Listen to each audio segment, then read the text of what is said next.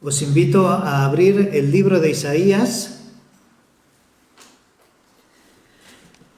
y quisiera, si el Señor me lo permite, en esta mañana poner un poco de la miel de Isaías en vuestros labios, para que comencéis a saborearlo, comencéis a apasionaros con este libro y podamos disfrutarlo pues todo el tiempo que el Señor nos permita.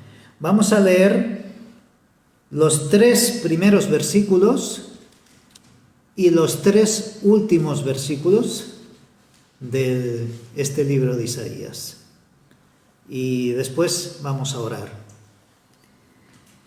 Dice así, Isaías 1:1, visión de Isaías, hijo de Amoz, la cual vio acerca de Judá y Jerusalén en días de Uzías, Jotam, Acaz y Ezequías, reyes de Judá. Oíd cielos y escucha tú, tierra, porque habla Jehová. Crié hijos y los engrandecí, y ellos se rebelaron contra mí. El buey conoce a su dueño, y el asno el pesebre de su señor. Israel no entiende. Mi pueblo no tiene conocimiento.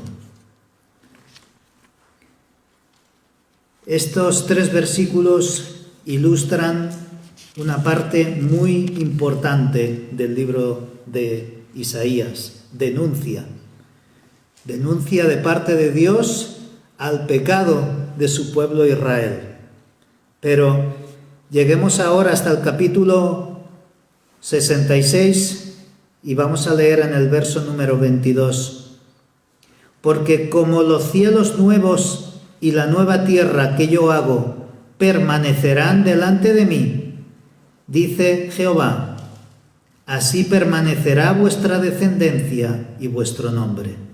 Y de mes en mes, y de día de reposo en día de reposo, vendrán todos a adorar delante de mí, dijo el Señor, y saldrán y verán los cadáveres de los hombres que se rebelaron contra mí, porque su gusano nunca morirá, ni su fuego se apagará, y serán abominables a todo hombre. Si bien hay un mensaje repetido de denuncia hacia los pecados de Israel y hacia los pecados de los que se rebelan a creer en Dios, también hay un mensaje de esperanza. Un mensaje tremendo como el que acabamos de leer y un mensaje también para aquellos que perseveran en hacer el mal, que sepan que su fin también llegará. Vamos a orar al Señor. Te damos las gracias en esta mañana por estar aquí reunidos una vez más para alabar y bendecir tu nombre. Te damos las gracias, Señor, porque tú eres un Dios que denuncia, pero un Dios que salva. Y en esta mañana, Señor, queremos acogernos a tu salvación y una vez más venir a los pies de tu palabra, pidiéndote que tú nos hables, que tú nos reveles, Señor, tu voluntad para nuestras vidas a través de tu palabra. Bendice este tiempo que vamos a pasar ahora meditando en el libro de tu profeta Isaías, Señor, y que tú nos reveles todo lo que tú quieras a nuestro corazón, aquí en tu congregación y en aquellos que nos están viendo a través de internet. Te pido, Señor, que tú me uses, Dios Santo, que pueda ser tu vocero en esta mañana y revelar, Señor, aquello que tú quieras en el nombre de Jesús. Amén. Amén. Pues vamos a hablar un poco, a ver un poco lo que este profeta nos descubre. Tal y como hemos estado viendo al principio,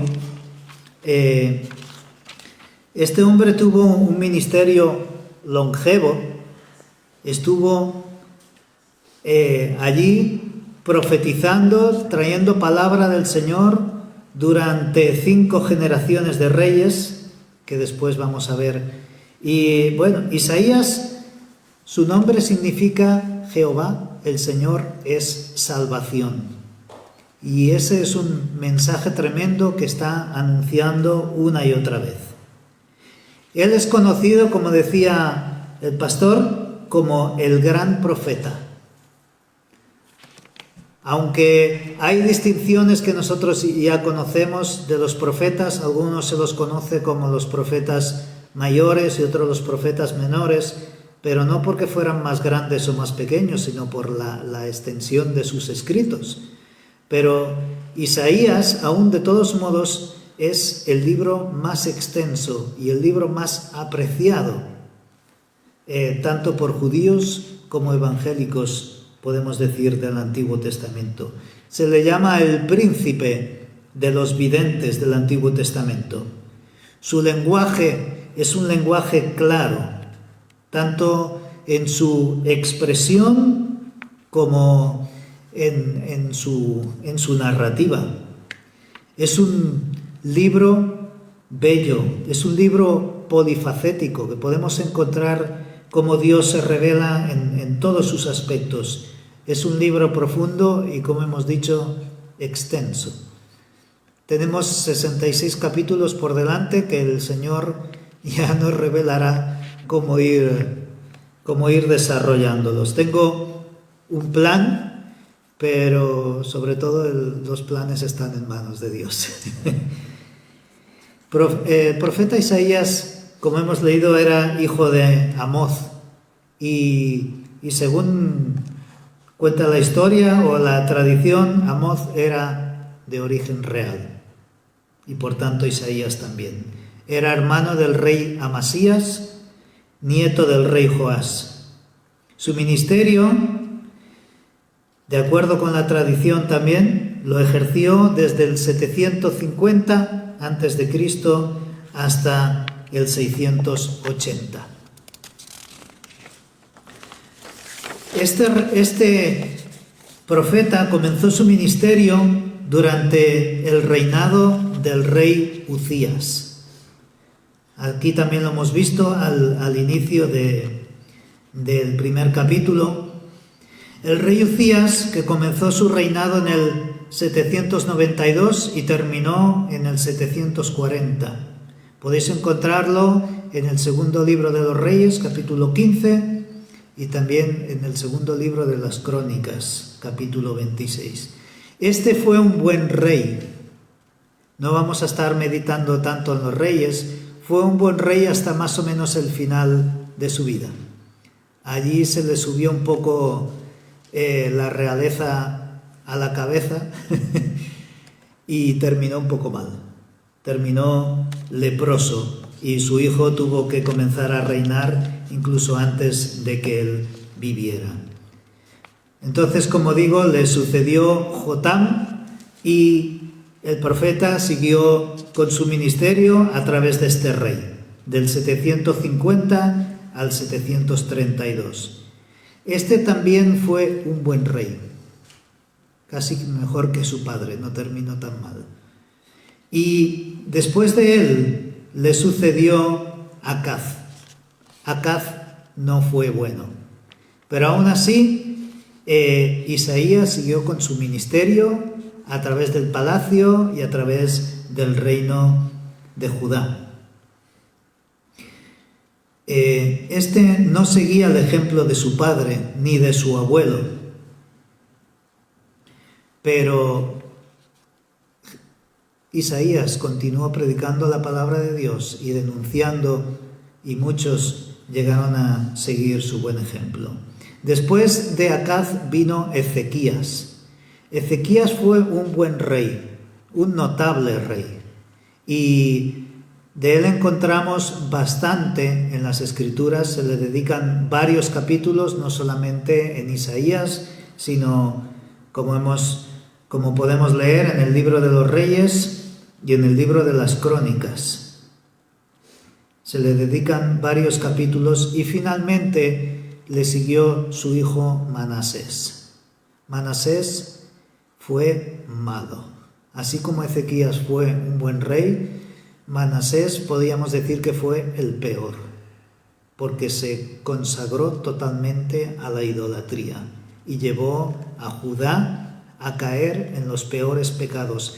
Aún así, Isaías continuó predicando hasta que este rey se hartó de él y, según la tradición, mandó que lo mataran cerrándolo por la mitad. Esto lo confirma también la carta a los Hebreos, capítulo 11, versículo 37. Hubo otros profetas que en aquel tiempo también estuvieron predicando al mismo tiempo que Isaías. Abdías, su ministerio se centró en denunciar el pecado de Edom y su profecía se centra básicamente en ello. También Miqueas, el cual habla acerca del rey y el reino venidero que se originará en Belén, del cual nosotros sabemos bien de quién se trata. Y probablemente Joel también estuvo profetizando en tiempos de Isaías. Él nos habla acerca del día venidero del Señor y del juicio a las naciones. Pues estos fueron sus contemporáneos y vamos a hablar un poco acerca del libro de Isaías. El libro de Isaías, al ser un libro tan bueno y tan tremendo, también ha tenido sus críticas. Algunos, no entonces, obviamente, sino a partir del siglo XVIII, cuando comenzaron a salir grandes pensadores, dijeron que el libro de Isaías no podía ser todo de este mismo profeta, que tal vez los capítulos 40 en adelante no fueran suyos, sino que los había escrito otra persona, que tenían un estilo diferente y atribuyendo cosas.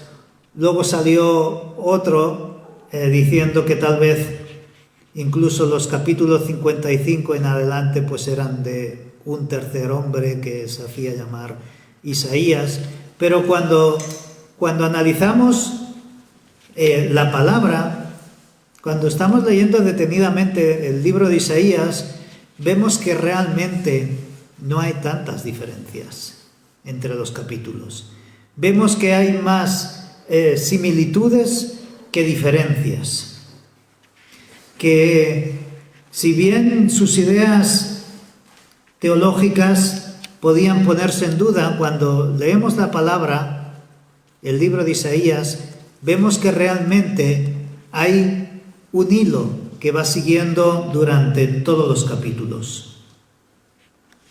Sus semejanzas en estilo, por ejemplo, son muy parecidas. Hay un título que aparece durante todo el libro de Isaías con referente al Señor y es el Santo de Israel.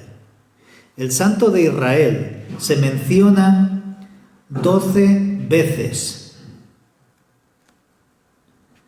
en los capítulos 1 al 39 y aparece 14 veces en los capítulos 40 al 66.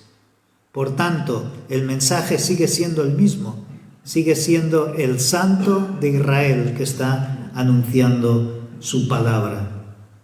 En comparación con el resto de la Biblia, este título solo aparece 6 veces más en el Antiguo Testamento. En cuanto al estilo teológico, no hay contradicciones teológicas, porque Dios sigue siendo Dios en cada uno de sus capítulos,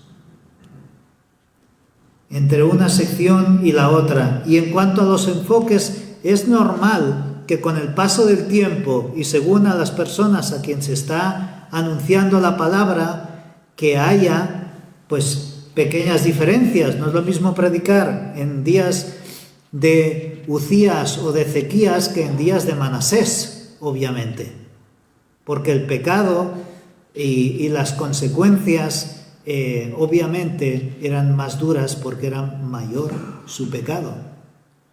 Y algo tremendo que hay que observar también, que es que a partir del capítulo 55, donde algunos dicen que sí debería ser algo diferente, y es que hay muchas profecías futuras. Y precisamente en el siglo XVIII hubo un movimiento que lo que querían era lo que bien se llama desmitificar todo lo referente a los milagros y profecías que aparecen en la Biblia. Y claro, es muy fácil, 1000 años después, hablar de lo que pudo o no pudo ser. Lo que no soporta los ateos es poder ver que una persona siglos antes están hablando acerca de un Mesías venidero, por ejemplo, y de que cada una de las cosas que están diciendo luego se cumplan al pie de la letra. Esta persona, si no cree en Dios, dice: esto no puede ser. No puede describirlo con cada detalle si no estuvo allí. Pero eso es precisamente la palabra de Dios.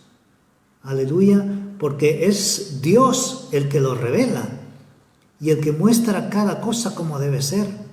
Cuando nos habla acerca del Mesías, de su sufrimiento en el capítulo 53, ya llegaremos, si Dios lo permite. Es increíble como todo lo que está describiendo allí acerca de Jesús, el Mesías. Así es que es un libro realmente apasionante. El mensaje es claramente mesiánico, como estaba diciendo el pastor. Es mesiánico por excelencia, mucho más que Zacarías, y solamente superado por los salmos.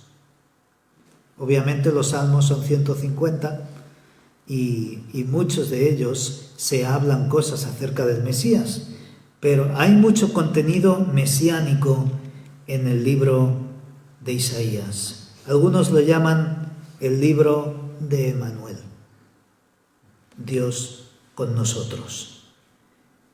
Toda la gloria del Señor y cada aspecto de su vida terrenal se encuentran expuestos en este libro que, como decía el pastor, el quinto evangelio.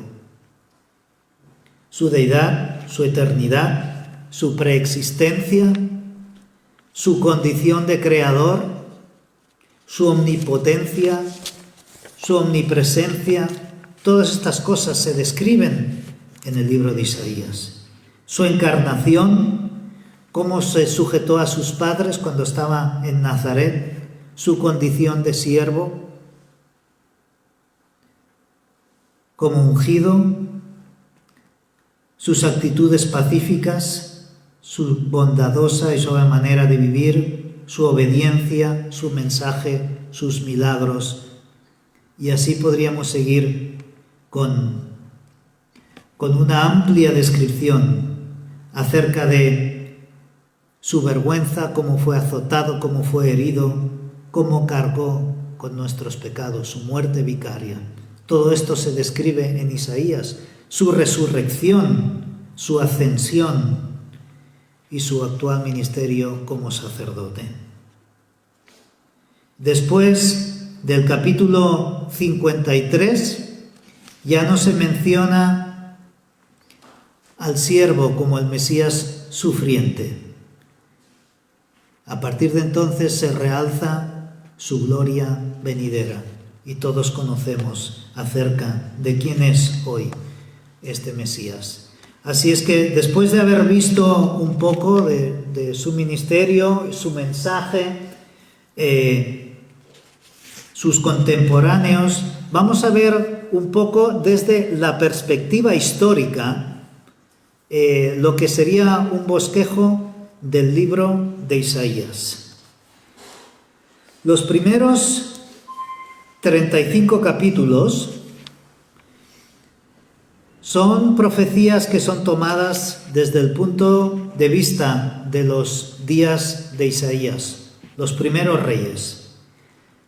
Los primeros 6 capítulos, que ya veremos si los hacemos del tirón o si hacemos varias partes, nos habla acerca de un libro, el tomo 1, de reprobación y de promesa, tal y como hemos leído en el capítulo 1, y también así ocurre en todo el libro de Isaías. El Señor denuncia. Comienza el capítulo 1 con un discurso de denuncias, pero cuando llegamos al capítulo 2 hay un futuro glorioso con la venida del Mesías. Aunque sí, él sigue diciendo, los malvados serán juzgados. Hay una frase que últimamente resuena bastante por las noticias, incluso hay una película, no habrá paz para los malvados. Esto es una cita de Isaías. Esto es una cita de Isaías. Serán juzgados. En el capítulo 3 hay palabras de juicio contra Judá y contra Jerusalén, pero cuando llegamos al capítulo 4 dice que hay esperanza para el remanente. Habrá un grupito de personas que realmente estarán buscando al Señor y ellos serán bendecidos. Un resto puro permanecerá. En el capítulo 5 hace ver el pecado del pueblo a través de una parábola. Y luego enumera también sus pecados. El Señor tiene en cuenta cada uno de nuestros pecados. No nos podemos esconder del Señor. Y amenaza con el cautiverio. Al principio era el imperio asirio el que estaba acechando primero al reino del norte, pero también llegó al reino de Judá. Y el Señor amenaza, si permanecéis en vuestros pecados, pereceréis. Y Asiria llegó a las puertas de Jerusalén.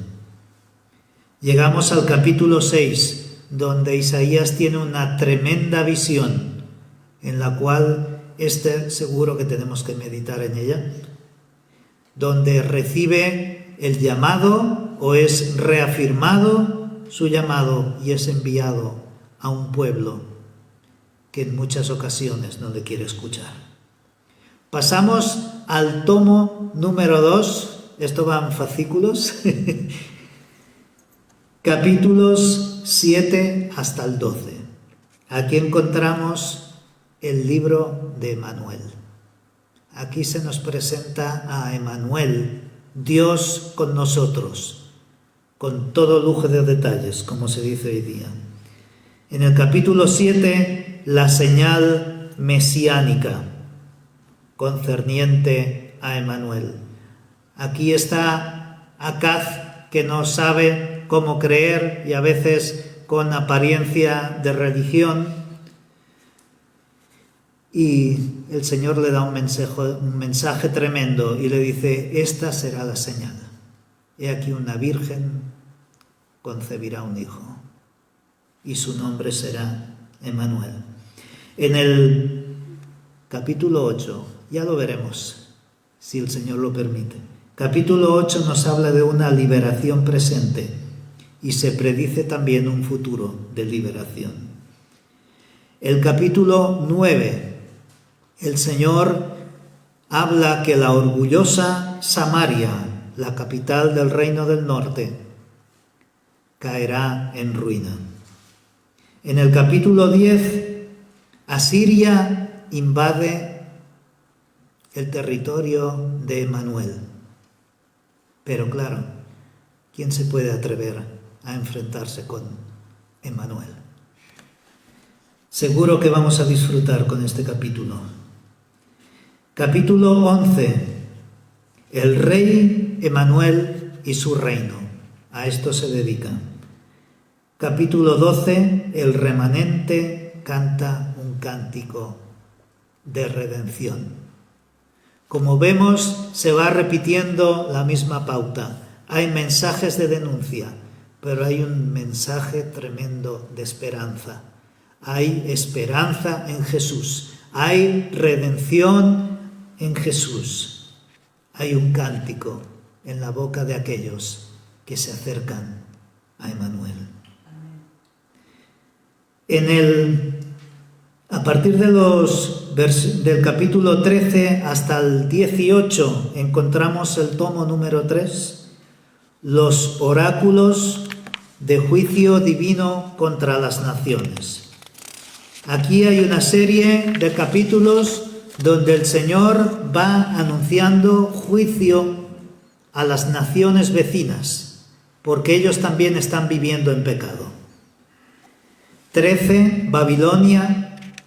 14, la caída de Babilonia y la restauración de Israel. 15 y 16, juicio contra Moab. 17, juicio contra Damasco y Samaria. 18, juicio sobre Etiopía. 19 y 20, juicio sobre Egipto. 21, juicio sobre Babilonia, Edom y Arabia. 22, juicio sobre Jerusalén. Hay otro refrán que dice: cuando veas las barbas de tu vecino afeitar, pon las tuyas a remojar. Y eso es lo que está haciendo el Señor, primero bien haciendo una muestra de lo que hay a su alrededor, pero parece que Jerusalén no aprende la lección. Y finalmente anuncia juicio sobre Jerusalén. Y capítulo 23, juicio también sobre Tiro. Llegamos al tomo número 4, capítulo 24 hasta el 27. Este es el libro del juicio y de la promesa. Gloria al Señor. En el capítulo 24 nos habla acerca del día del Señor y también sobre la bendición milenial. Muchas de estas cosas las vemos después reflejadas en el libro de Apocalipsis. Capítulo 25, la alabanza de Israel por las bendiciones del reino. Capítulo 26, nuevamente el canto milenial de Judá. Y el 27, el castigo de los enemigos de Israel y los triunfos del reino. Como decía antes, hay juicio, pero hay bendición a todo aquel que se acoge al Señor. Capítulos 28 hasta el 35. Tenemos aquí el tomo número 5, el libro de los ayes previos a la restauración. De los ayes. El Señor repite muchas veces a través de Isaías: ay de los males de Efraín, en el capítulo 28. En el 29, los males de Ariel, que no es el detergente ese que sale por la tele. Ariel es un mote, vamos a decirlo así, que Dios le pone a Jerusalén. A veces el Señor le pone nombres, como nosotros le ponemos nombres cariñosos, ¿verdad?, a las personas que apreciamos. En otra ocasión le llama Jesurún, aquí le llama Ariel, león de Dios. Capítulos 30 y 31, advertencias contra las alianzas con Egipto. ¿Para qué vamos a volver a Egipto si solamente lo que hay allí era malo? Capítulo 32, el rey Mesías y su reino. Capítulo 33, el castigo de los asirios y el triunfo de Cristo.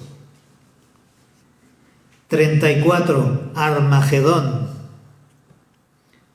y la destrucción del poder mundial de los gentiles. Como decía, estas cosas se vuelven a salir en el libro de Apocalipsis. Y capítulo 35, la gloria del reino. Hay un futuro de restauración y un futuro glorioso con el Señor.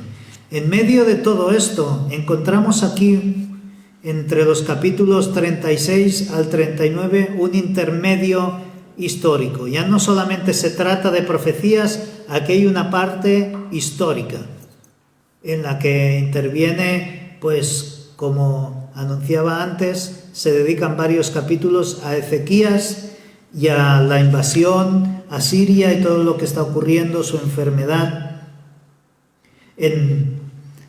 Por ejemplo, en los capítulos 36 al 39, el tomo 6, encontramos este paréntesis histórico. Capítulos 36 al 37, el ejército asirio es aniquilado.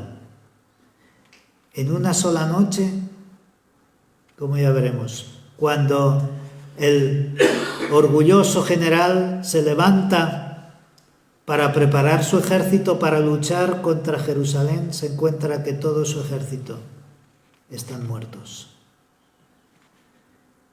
Capítulos 38 y 39.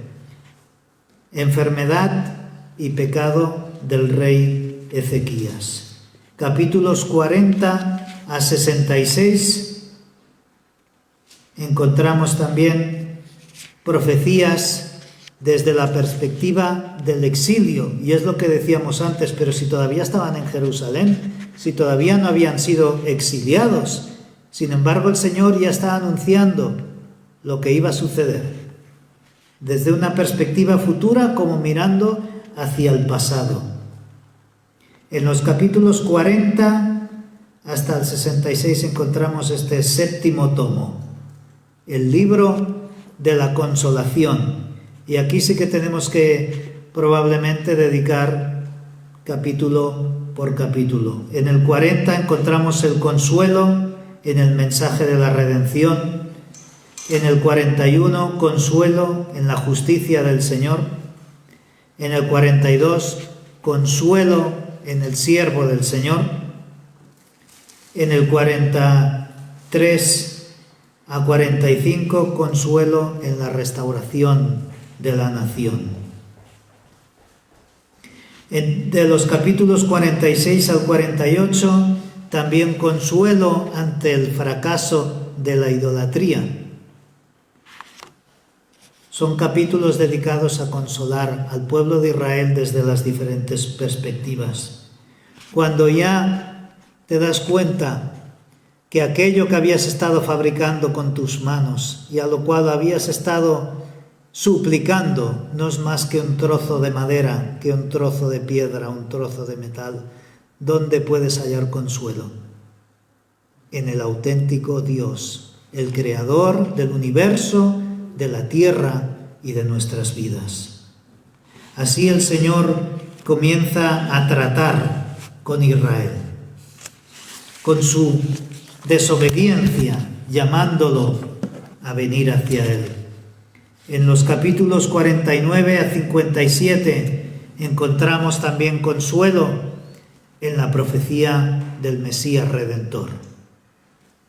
Nos habla en el 49 de este Mesías siervo, en el 50 en la desobediencia de Israel, en el 51 cómo estimula a los fieles, 52 cómo Jerusalén llegará a ser la cúspide de la gloria, en el 53 el Mesías siervo que carga con los pecados, en el 54 cómo Israel será restaurado, en el 55 cómo el Evangelio se expande a todo el mundo, en el 56 cómo los Mesías son incluidos en el plan de salvación. Aquí estamos tú y yo, gloria a Dios. 56. Se incluye a los gentiles en las bendiciones del reino. 57. La condenación de los malvados de Israel. Y aquí llegamos a la parte final. Perdón si me he extendido demasiado, pero es que el libro es extenso. Esta parte del capítulo 58 al 66 nos habla del consuelo ante la perspectiva futura de la gloria de Israel. Primero, delatando los cultos falsos y mostrando cuál es el verdadero. En el 59 nos habla acerca de la venida del Redentor. 60, la gloria de Israel. 61, el ministerio del Mesías para Israel y para el mundo.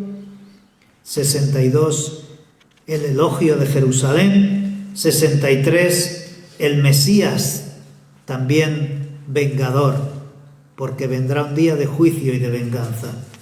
64, la oración de intercesión por el remanente. 65, contestación del Señor, Él tiene misericordia y la reserva para su remanente. Y en el 66 es un resumen final, como mira en retrospectiva hacia toda su profecía, y como hemos estado viendo, cómo el Señor tiene un mensaje de denuncia, pero tiene un mensaje de salvación. Todo aquel que se quiere acoger a Él, en Él hay esperanza. Todo aquel que se quiere acercar a Él, en Él hay salvación. Versículos como: venid a mí y estemos a cuenta,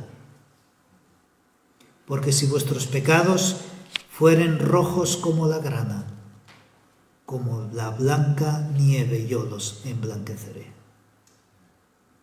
Este es el mensaje de salvación, el mensaje del libro de las consolaciones, el mensaje de nuestro glorioso Emmanuel, el cual hoy nuevamente está entre nosotros. Pues espero no haberos aburrido, sino haberos apasionado bastante, como para que nos metamos de pleno en el libro de Isaías y lo disfrutemos todo el tiempo que el Señor lo permita. Que el Señor os bendiga mucho. Si este mensaje te ha bendecido o te ha ayudado en algo, puedes suscribirte a nuestro canal de YouTube. También conocerás nuestra comunidad, la Asamblea Bíblica del Camp de Tarragona, en Cambrils, España, a la que estás cordialmente invitada o invitado. También puedes seguirnos por las redes sociales. Los enlaces los encontrarás aquí abajo y podrás visitar nuestra página, así como conocer nuestros programas radiales y podcasts de Yum Radio. ¿Qué? ¿Te suscribes ya a nuestro canal?